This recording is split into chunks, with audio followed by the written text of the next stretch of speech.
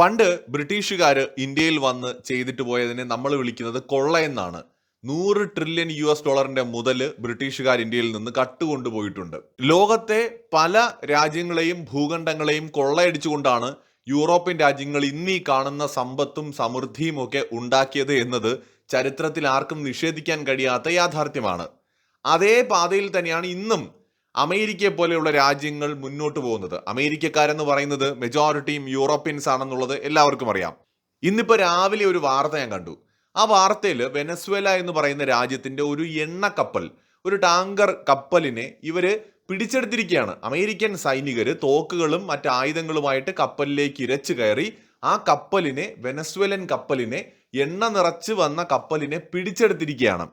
So ഇത് പട്ടാപ്പകൽ ലോകം കണ്ടുകൊണ്ടിരിക്കെ നടന്നുകൊണ്ടിരിക്കുന്ന ഒരു കൊള്ളയാണ്. സൊമാലിയൻ കടൽ കൊള്ളക്കാരെ നമ്മൾ എന്താണ് വിളിക്കുന്നത്? അവർ കപ്പലുകളിൽ കയറി മോഷണം നടത്തുന്നത് കൊണ്ടോ കപ്പലുകൾ പിടിച്ചെടുക്കുന്നത് കൊണ്ടാണ് അവരെ കടൽ കൊള്ളക്കാരെന്ന് വിളിക്കുന്നത്. ഇന്നിപ്പോൾ അമേരിക്കൻ സൈനികർ കടൽ കൊള്ളക്കാരോളം കേവലമായി പോയിരിക്കുന്നു എന്നത് ഒരു യാഥാർത്ഥ്യമാണ്. അപ്പോൾ സ്വാഭാവികമായിട്ട് ചിന്തിക്കാം, എന്താണ് ഈ വെനസ്വേലയും അമേരിക്കയും തമ്മിലുള്ള പ്രശ്നം? എന്തുകൊണ്ടാണ് അമേരിക്കയുടെ പ്രവൃത്തിയെ കൊള്ള എന്ന് തന്നെ വിളിക്കുന്നത്? പച്ചയ്ക്ക് പറയാലോ, ഇത് കടൽ കൊള്ളയാണ്. അമേരിക്കൻ പട്ടാളക്കാർ വെനസ്വേലൻ എണ്ണ കപ്പൽ പിടിച്ചെടുത്തിട്ട് പറയാണ് ഇതിനി ഞങ്ങൾ വിട്ടുകൊടുക്കില്ല എന്ന്. വെനസ്വേലയും അമേരിക്കയും തമ്മിൽ എന്താണ് പ്രശ്നം? ഇപ്പോഴത്തെ അവിടുത്തെ ഭരണാധികാരിയാണോ പ്രശ്നം? ഏകാധിപത്യമാണോ പ്രശ്നം?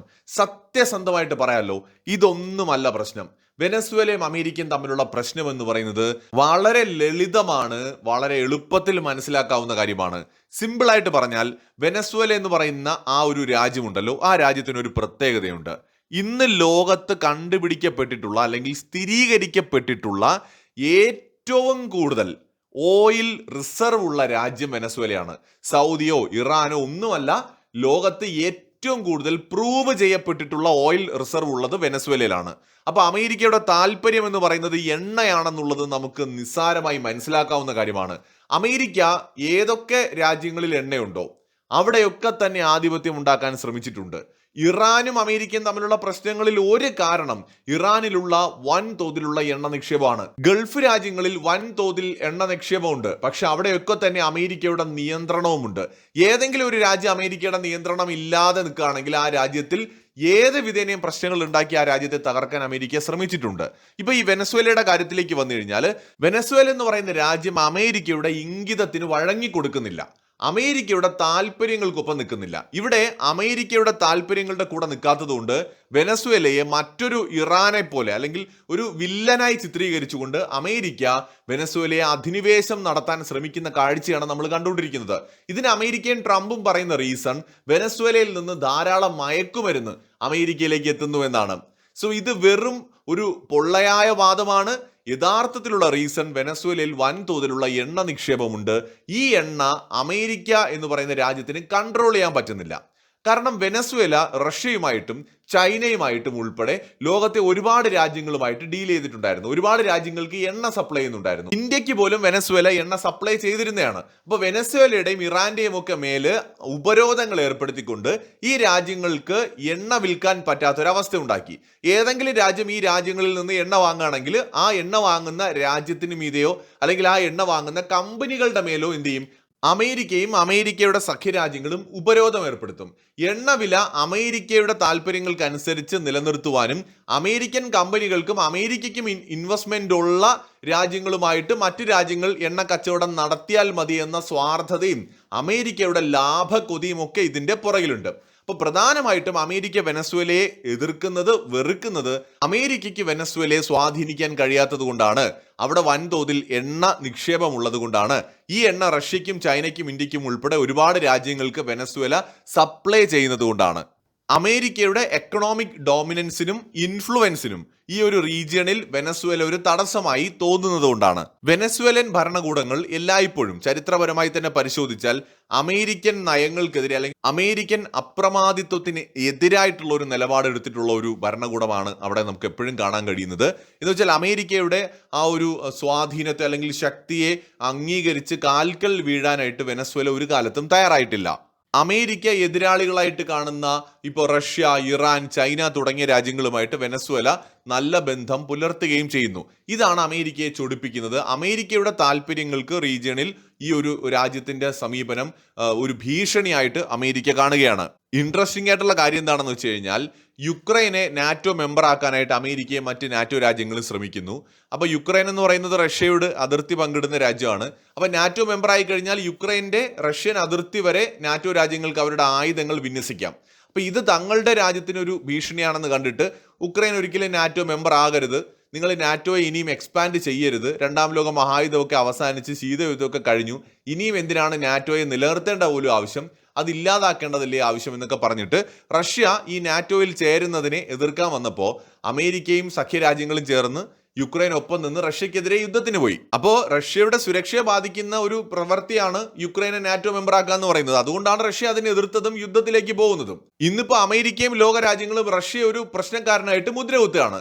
എന്നാൽ ഇവിടെ വെനസ്വേല ഏതെങ്കിലും ഒരു സഖ്യമുണ്ടാക്കാൻ പോവുകയോ അമേരിക്കയ്ക്കെതിരായിട്ട് എന്തെങ്കിലും ഒരു സൈനിക നീക്കം നടത്തുകയോ യാതൊന്നും ചെയ്തിട്ടില്ല. ആകെ വെനസ്വേല എന്ന് പറയുന്ന രാജ്യം അവർക്ക് അവരുടെ രാജ്യത്തുള്ള എണ്ണ ഖനനം ചെയ്ത് അവർക്ക് വിൽക്കാൻ പറ്റുന്ന സ്ഥലങ്ങളിൽ കൊണ്ടുപോയി വിൽക്കുകയാണ്.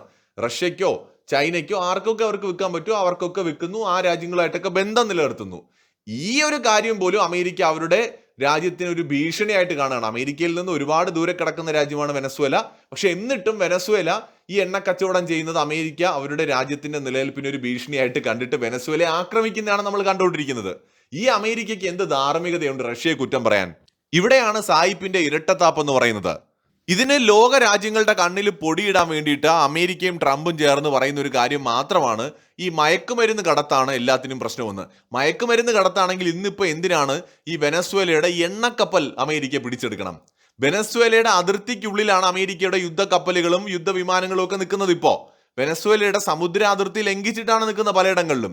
എന്നിട്ട് വെനസ്വേലയുടെ എണ്ണ നിറച്ചുകൊണ്ടുവന്ന ഒരു ടാങ്കർ കപ്പലിനെ പിടിച്ചെടുത്തിട്ട് പറയാണ് ഞങ്ങൾ ഇതിനി വിട്ടുകൊടുക്കില്ല എന്നും. അത് ഒരു ഭീമൻ കപ്പലാണ് പിടിച്ചെടുത്തത്. അമേരിക്കയിലെ ചെറുപ്പക്കാരെ നശിപ്പിക്കാനായിട്ട് മയക്കുമരുന്ന് കൊണ്ടുപോയ കപ്പലല്ല പിടിച്ചെടുത്തത് എണ്ണക്കപ്പലാണ്.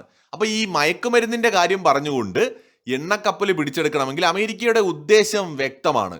വെനസ്വേല എണ്ണ വിറ്റ് പൈസ ഉണ്ടാക്കരുത്. വെനസ്വേല അമേരിക്ക പറയുന്നവർക്ക് മാത്രം എണ്ണ കൊടുത്താൽ നല്ല രാജ്യമായിട്ട് മാറും. അമേരിക്കയോട് എതിർത്ത് നിൽക്കുന്ന രാജ്യങ്ങൾക്ക് എണ്ണ കൊടുത്താൽ വെനസ്വേല മയക്കുമരുന്ന് കടത്തിനെ സപ്പോർട്ട് ചെയ്യുന്ന രാജ്യമായിട്ട് മാറും. ഇങ്ങനെ അമേരിക്കയുടെ ഇരട്ടത്താപ്പിന്റെ അങ്ങേയറ്റമാണ് നമ്മളിപ്പോൾ കണ്ടുകൊണ്ടിരിക്കുന്നത്. എന്തൊരു നശിച്ച ചിന്താഗതിയാണ് ഈ രാജ്യത്തിനെന്ന് ആലോചിച്ച് നോക്കൂ. കയ്യൂക്കുള്ളവൻ കാര്യക്കാരൻ. വെനസ്വേല വളരെ ദുർബലമാണ് അമേരിക്കയുമായിട്ട് താരതമ്യപ്പെടുത്തുമ്പോൾ. എന്നിട്ടും വെനസ്വേലൻ പ്രസിഡന്റ് പറഞ്ഞിട്ടുണ്ട് ഞങ്ങളുടെ കപ്പൽ വിട്ടു തന്നില്ലെങ്കിൽ വലിയ പ്രശ്നങ്ങൾ നേരിടേണ്ടി വരും എന്നൊക്കെ. പക്ഷേ നമുക്കറിയാം വെനസ്വേല താരതമ്യേന ചെറിയൊരു പവറാണ്, വലിയൊരു സൈനിക ശക്തിയൊന്നുമല്ല. ഇവിടെ അമേരിക്ക പറയുന്നത് വെനസ്വേലയിൽ ജനാധിപത്യമില്ല, ജനാധിപത്യം കൊണ്ടുവരണമെന്നാണ്. ഇതേ അമേരിക്കയാണ് അസീം മുനീർ എന്ന് പറയുന്ന ഏകാധിപതി ഭരിക്കുന്ന പാകിസ്ഥാനുമായിട്ട് ഇപ്പോൾ ബന്ധം ഉണ്ടാക്കുന്നത്. $1.2 ബില്യൺ ഇപ്പോൾ ലോൺ കൊടുക്കുന്നത്. എൻ്റെ പ്രിയപ്പെട്ട ഫീൽഡ് മാർഷൽ എന്ന് ട്രംപ് അസീം മുനീറിനെ വിളിക്കുന്നത്. അസീം മുനീറിന് 2035 വരെ സകല അധികാരങ്ങളും കൈയാളാൻ അവസരം ഒരുക്കി കൊടുത്തത്. എന്ത് ഏകാധിപത്യത്തെ കുറിച്ചാണ് ഇവർ ഈ പറയുന്നത്? അങ്ങനെയെങ്കിൽ സൗദിയിൽ ജനാധിപത്യമാണോ? UAE ജനാധിപത്യമാണോ? ഏത് ഗൾഫ് രാജ്യത്തിലാണ് ജനാധിപത്യം ഉള്ളത്?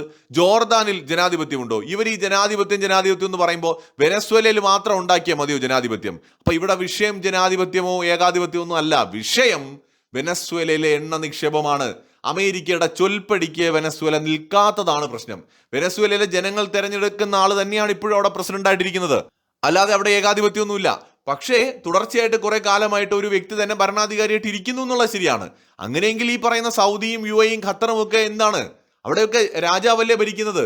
അപ്പൊ രാജഭരണം നിൽക്കുന്ന എല്ലാ രാജ്യങ്ങളിലും എന്തേ ഇവർ ജനാധിപത്യം വേണമെന്ന് പറയാത്തത്? സെലക്റ്റീവായിട്ട് എന്തുകൊണ്ട് മാറുന്നു? ഇവിടെയാണ് അമേരിക്കയുടെ ഇരട്ടത്താപ്പുകൾ വ്യക്തമാവുന്നത്. അമേരിക്ക എന്ന് പറയുന്ന രാജ്യം ശരിക്കും അവരുടെ സ്ട്രാറ്റജിക് ഇൻട്രസ്റ്റിന് ഈ ഒരു രാജ്യം ഒരു പ്രശ്നമാണെന്ന് മനസ്സിലാക്കിയിട്ട് ഈ രാജ്യത്തെ തകർക്കാൻ ശ്രമിക്കുകയാണ്. അമേരിക്കയുടെ പൊളിറ്റിക്കൽ അല്ലെങ്കിൽ അവരുടെ ഐഡിയോളജിയുമായിട്ട് ഈ രാജ്യം കൂടെ നിൽക്കാത്തത് കൊണ്ട് അല്ലെങ്കിൽ അതിനോട് യോജിക്കാത്തത് കൊണ്ട് ഈ രാജ്യത്തെ തകർക്കാൻ ശ്രമിക്കുകയാണ്. സെക്യൂരിറ്റി കൺസേൺസിന്റെ പേര് പറഞ്ഞുകൊണ്ട് ശരിക്കും ഒരു രാജ്യത്തെ തകർക്കാനുള്ള അമേരിക്കയുടെ ശ്രമമാണ് നമ്മൾ കാണുന്നത്. മാത്രമല്ല ഇന്നിപ്പോൾ അമേരിക്ക കാണിച്ചിരിക്കുന്നത് കടൽ കൊള്ളയാണ്. സൊമാലിയൻ കടൽ കൊള്ളക്കാർ എന്താണോ ചെയ്യുന്നത് അതിൻ്റെ വളരെ ഒരു എന്താ പറയുക വേറിട്ട കുറച്ചും കൂടി മികച്ച വെർഷനാണെന്ന് അമേരിക്ക കാണിച്ചു തന്നത്. എന്ന് വെച്ചാൽ ഒരു രാജ്യത്ത് പോയിട്ട് ആ രാജ്യത്തിന്റെ എണ്ണക്കപ്പലിനെ പിടിച്ചെടുത്തിരിക്കുന്നു, പട്ടാളത്തെ ഇറക്കി തോക്ക് കാണിച്ച് പിടിച്ചെടുത്തിരിക്കുന്നു. അവിടെ ഇല്ലീഗലായിട്ട് ഒന്നും നടന്നിട്ടില്ല. എണ്ണക്കപ്പലാണ് പിടിച്ചെടുത്തിരിക്കുന്നത്. ഒരു രാജ്യത്തിന്റെ പരമാധികാരത്തിന് അമേരിക്ക കൊടുക്കുന്ന വാല്യൂ ആണ്. എന്ത് ധാർമ്മികതയുണ്ട് അവർക്ക് ജനാധിപത്യത്തെക്കുറിച്ച് സംസാരിക്കാൻ? ഇതുകൊണ്ടാണ് യുണൈറ്റഡ് സ്റ്റേറ്റ്സ് ഓഫ് അമേരിക്കയെ പൊതുവെ ഒരു നശിച്ച രാജ്യമായിട്ട് ലോകം കാണുന്നത്. മറ്റൊരു വീഡിയോയുമായി ഇവിടെ വരാം.